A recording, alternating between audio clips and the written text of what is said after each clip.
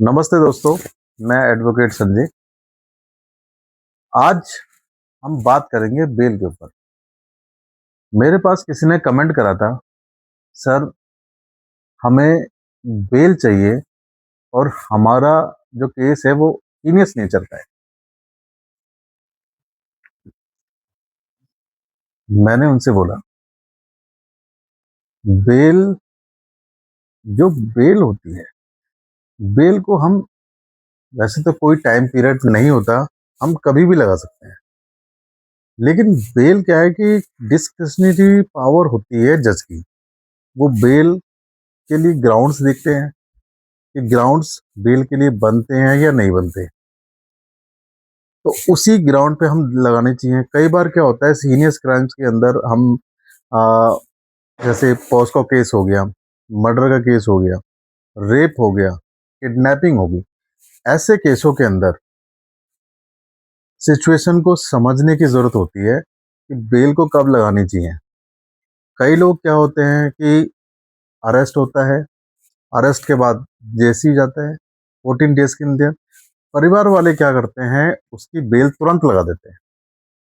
ये गलत है। जब तक चार्जशीट पेश नहीं होती, जब तक इन्वेस्टिगेशन कंप्लीट नहीं होती कि पुलिस ने क्या क्या इन्वेस्टिगेशन करी है, क्या क्या उसके अंदर कमियां हैं, जब तक बेल नहीं लगानी चाहिए। हाँ, अगर झूठा मुकदमा है और उसके एविडेंस भी हैं, तो उसके बिहाफ पर आप जो है, एक्यूज अगर अरेस्ट नहीं होता तो आप एंटीसिपेटरी बेल के भी इस्तेमाल कर सकते हैं under section 438 of CrPC. Okay. और इसके अंदर एक काम और कर सकते हैं। अगर पॉस्को का केस है तो लड़की का बयान, जिसने केस करा है उसकी मदर का बयान, इससे पहले बेल लगाना मेरे हिसाब से गलत है। क्योंकि कोर्ट भी ऑब्जर्व करती है, पॉस्को नेचर में जो पॉस्को एक्ट बोलता है उसके अंदर एक सेक्शन है, सेक्शन 29। उसकी प्रेजम्पशन लेते हुए जज साहब जो है बेल डिसमिस करते हैं। उसमें यह बोला गया है कि सेक्शन 29 ऑफ पॉस्को एक्ट, उसमें जो लड़की का बयान है, जो लड़की ने बोला है, वो सच माना जाएगा। कोर्ट उसको उसको सेल भी प्रिज्यूम करेगी, उसको ये मानेगी कि जो लड़की ने बोला है वो सही बोला है, और उसी के आधार पे ही एक्यूज को गिल्टी समझा जाएगा। पॉस्को केस के अंदर हमेशा एक्यूज को इनोसेंट साबित करने की जरूरत पड़ती है। बेल भी बहुत मुश्किल से मिलती है पॉस्को के अंदर।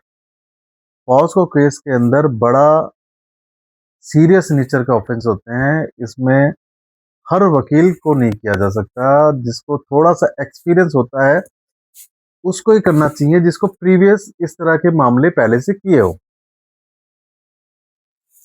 दोस्तों, बेल जो है, छोटे मोटे केसों के अंदर, चोरी हो, स्नैचिंग हो, ठीक है, एनआई एक्ट के अंदर हो, एनबीडब्ल्यू हो, तो इन केसों के अंदर आप जो बेल के लिए आप सोचे ना, इसको तो बेल लगाइए, आपको बेल मिल जाएगी।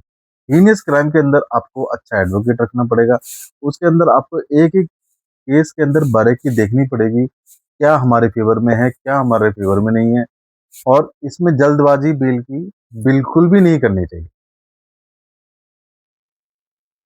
दोस्तों, अगर आप मेरे चैनल में नए हैं और मेरा चैनल आपको पसंद आ रहा है, मेरी वीडियो आपको पसंद आ रही है, मेरी जो इन्फॉर्मेशन है वो आपके किसी काम आ रही है, तो मेरे चैनल को लाइक करें, सब्सक्राइब करें, शेयर करें।